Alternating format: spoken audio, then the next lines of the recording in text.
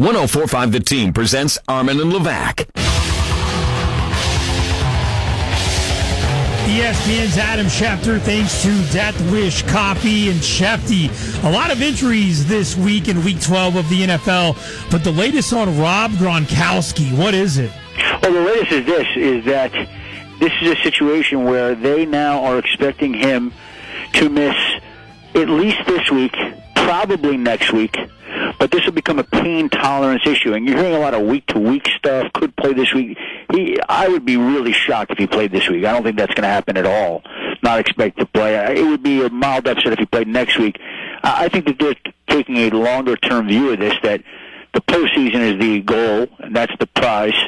And they're in good position right now, so they want to be careful. It'll be a little bit of a pain tolerance issue. There's a bone bruise. There's a knee strain. I think he's got a couple of issues in that knee right now. We'll see how it plays out, but I don't think he'll be out there on Sunday. Schefter, he's like the 16th injury to the Patriots. How are they still so good?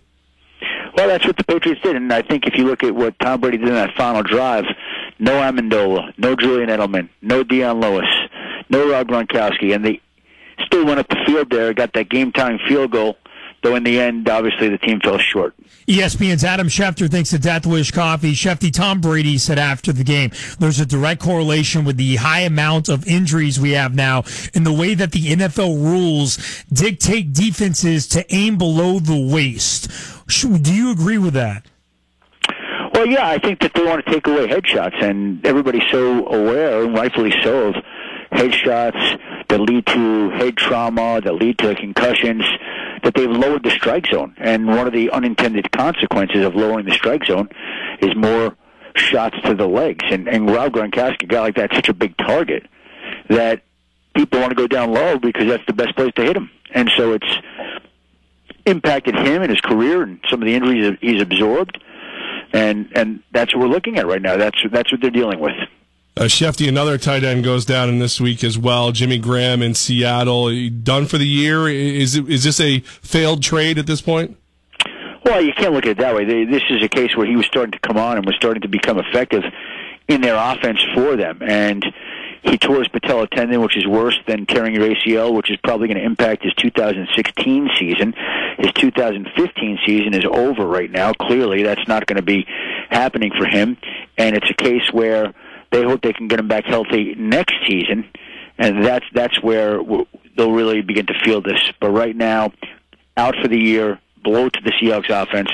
They'll have to figure out a way to overcome that. ESPN's Adam Schefter with Armin and Levac. Thanks to Death Wish Coffee every Monday at 4:45. The best of Schefty today at 6 o'clock. Giants lose to the Redskins. What do you make of this NFC East now? Well, there's a case here where basically the Giants squandered an opportunity, and nobody's run away from that division. Everybody wants to continue to pull away from the Cowboys and Eagles, and they just struggled to get that done for whatever reason. It's been disappointing, I think, for a lot of these teams. The Redskins right now, obviously with that big win yesterday, that's a big advantage for them, but the Giants are not out of this, and there's other teams that can find a way to get something done as well. But again, you're talking about a situation here where that division still is open, though the Redskins certainly moved into the forefront of it with that victory yesterday.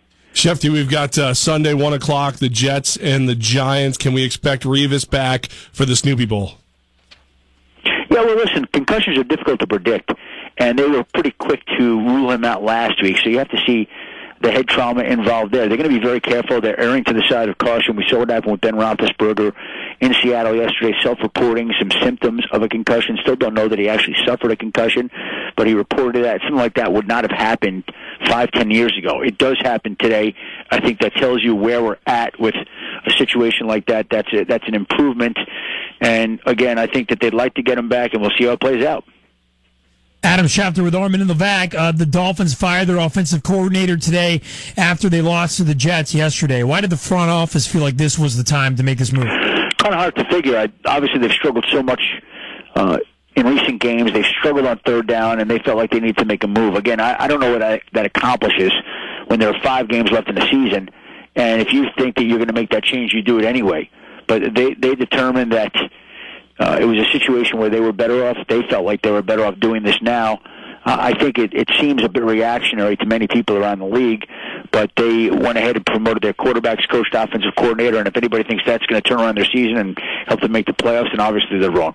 Shefty, what's the story? What are we hearing about Brock Osweiler and his future at the QB position in Denver? Yeah, listen, as long as he's playing like that, not turning over the football, playing well, winning games, I think he's going to continue to play. Their running game is functioning at a higher level than it has at any point in the season, and I think that's what Gary Kubiak ultimately wants to do, is run that football. They've been able to do that with Brock Osweiler in a way that they weren't able to do that with Peyton Manning, and again, they're 2-0. So they're not going to take a quarterback out now that's winning games. It's just not going to happen. So you wait and see if he is able to make it through without getting hurt, see if he's able to continue to improve, and as long as that's the case, I think he continues to hold on to the job, but those are the things that will unfold here in the coming weeks. And looking in the crystal ball, say Brock does continue to play at that level, Peyton Manning done in Denver or done altogether? Well, again, I think he'll have to sit back this offseason, discuss that with his family, and make a decision about whether he wants to come back next year or not. That's something that is difficult to determine at this time. He certainly has looked like a quarterback who could be near the end of the line, but I hate with athletes, particularly somebody like that that's been such an icon and so important to the game. They get to do what they want. So he'll sit down with his family, he'll talk about it, and they'll make a decision that they feel is the best for them at this point in time. ESPN's Adam Schefter thanks to Death Wish Coffee with Armin and Levac, 4:45 every Monday. Best of Shefty at 6 o'clock. Adam, your thoughts on, once again on a Monday, the referees' mistakes are a headline on the front of papers and websites around the country. Your thoughts on just once again the referees dictating what we're talking about today? Well, I think that the refs have been a story all season long, and I think that they've made a lot of poor calls. I think that's usually the case. I think it's accentuated by the fact that technology is so good that we see everything from so many different angles that refs are asked to make these calls in real time, which is not an easy thing to do.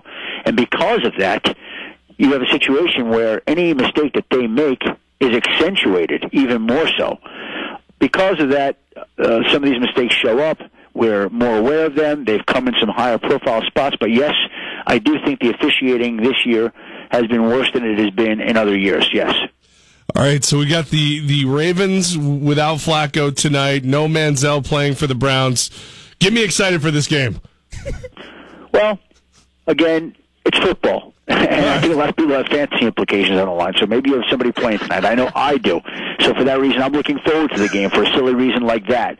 But sometimes that is what it takes, where somebody's got some other interest in it, and that happens to be mine tonight, and I'm being honest about it. That's why I'm excited for the game tonight. It's football. It's one of the, you got to throw that card out there. Like, it's football, man. What's your problem? Yeah, exactly. There you go. Adam Schefter with Armin and Levac. Shefty, you do pretty well on the World Wide Web. You have 4.5 million followers on Twitter. Are you a Cyber Monday guy?